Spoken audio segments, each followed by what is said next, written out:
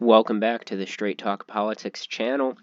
In today's video, we are going to be taking a look at the 2023 gubernatorial elections.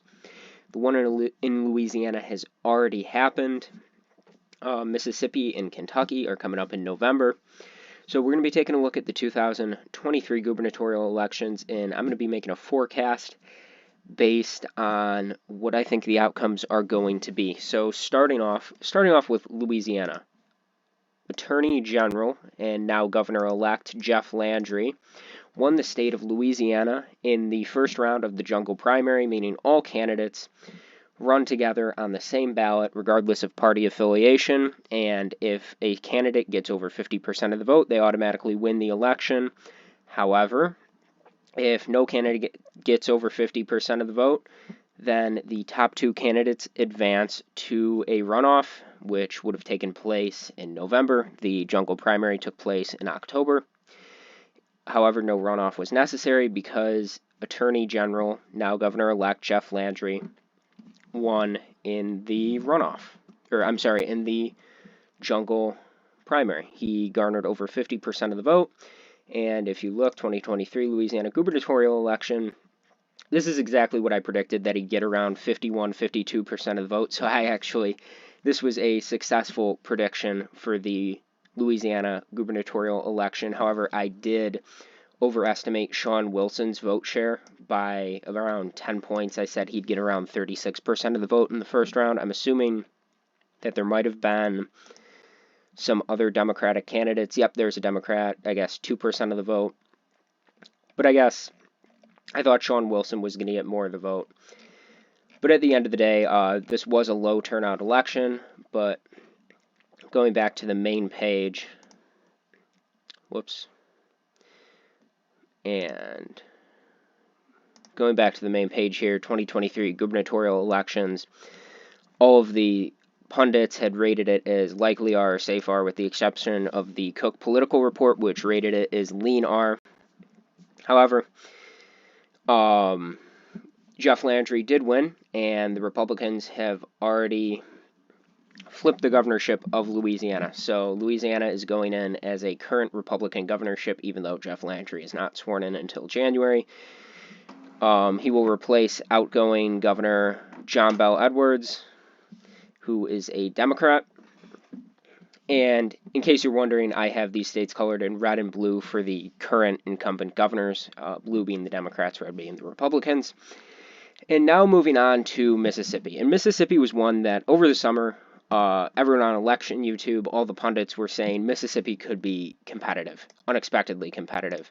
So if you look back at 2019, Tate Reeves won the governorship of Mississippi against then Attorney General Democrat Jim Hood, who was then the only statewide elected Democrat, and he won by around 5 points, 5.1 points to be exact.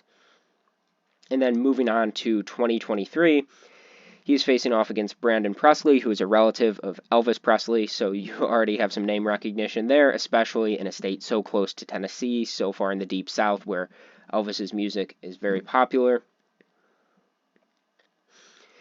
And you have Brandon Presley, who's running as more of a social conservative, and he's the commissioner for the Northern Public Service District in the state of Mississippi, which is a conservative district. So when you look at that, he has experience running in a red district, in a red environment. And then if you take a look at the polling for the general election, you have Brandon Presley leading one poll, a few showing it tied. But other than that, you see Reeves up by around 3 to 10. So we're going to average that. We're going to say 7.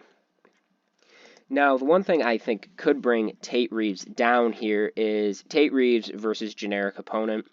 You see him down by 24 and down by 24, with almost 60% and then 60% of Mississippi registered voters who were sampled saying that they would prefer a generic opponent to Tate Reeves. And then if you look at the aggregate polls, Tate Reeves is up by 9.5%. In my opinion, I think that Mississippi is going to go Republican. but I think it's going to be likely Republican. And over the summer, I had it as lean Republican. But now, with everything changing, in my last prediction, which I think might have been either in April or June, Mississippi was moved back into the likely Republican category. And I think that's where it's going to stay. I think Tate Reeves is going to win by around 5 to 7. And, that's really all there is to say about Mississippi. I think Brandon Presley is a very strong candidate for the Democratic Party. They definitely did a good job recruiting a candidate there who is definitely putting up a challenge against Tate Reeves. But I think with the partisan environment going on currently, I see Tate Reeves being reelected by around 5 to 7 points, although I would not be shocked if it was less than that, especially due to his unpopularity among Mississippi voters. And now moving on to the marquee gubernatorial race of 2023, and that is Kentucky. And Kentucky is the race where both parties are spending the most money, where both parties are giving it the most attention with resources. And as of right now, Kentucky is rated as, if I can find it, it's lean Democratic by two of the pundits, Cook Political Report and Sabato's Crystal Ball, tilt Democratic by Inside Elections, and a toss-up by Elections Daily. And Daniel Cameron, the current Attorney General of Kentucky, is the Republican nominee. He is facing off against Andy Beshear, who is the current governor of Kentucky, the incumbent governor of Kentucky, who is a Democrat, who was elected in 2019 with 49.2% of the vote, defeating then-Governor Republican Matt Bevin, who garnered 48.8% of the vote. So that was a very close race. Andy Beshear won by around 0.4 percentage points. And Andy Beshear was actually the Attorney General when he challenged Matt Bevin and won the governorship. So the Republicans are definitely trying to follow that same path. And with candidate recruitment, recruiting Cameron to run.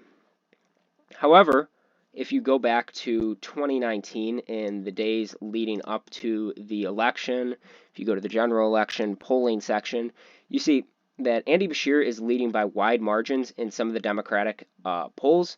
However, in the Republican polls, Matt Bevin is leading by at least 5 points, and in some of the neutral polls, they are tied. However, when you go to 2023, and this is what I find interesting, in the Democratic polls, Andy Beshear is not leading by the same margins he was in 2019, but in the Republican polls, he's actually leading as well, and in the neutral polls, he's leading by an even greater margin. And what I like to do is I like to take, when weighting polls and looking at polls, I like to look at the ones that sample the largest size of likely voters, because those are the people who are most likely to go out and actually cast their ballots.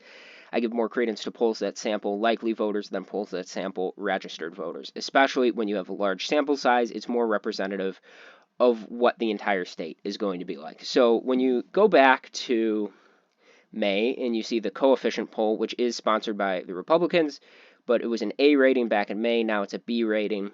But regardless, Andy Beshear is up by 2. And now Andy Beshear is up by 2 and approaching 50%. You go to the Democratic polls, Andy Beshear is up by 8, over 50%.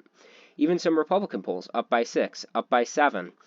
And, you look at all the recent polls, and there's one that shows Andy Beshear is up by 16, and that's a neutral poll as well. However, that's a small sample size of registered voters, so maybe adjust that to actually Andy Beshear being up by 8 at that time, and then a Democratic poll, Andy Beshear up by 8, Republican poll, Andy Beshear up by 2, with 8% undecided. And another interesting thing about Andy Beshear is his very high approval rating. He's one of the most approved of governors in the country. Voters across the political spectrum in the state of Kentucky think he has done a great job. And Daniel Cameron has actually had to change tactics to be more policy-focused rather than attacking Andy Beshear because of Andy Beshear's high approval rating. And if you look at the polling, Cameron's strategy obviously had not been working. And in my opinion, I think it's going to be close, but I think Andy Beshear relatively easily cruises to re-election. I mean, it's going to be a close race, but I don't think it was ever in doubt. Kind of like how Minnesota is always within 10 points for the Democrats, South Carolina is always within 10 points for the Republicans most of the time.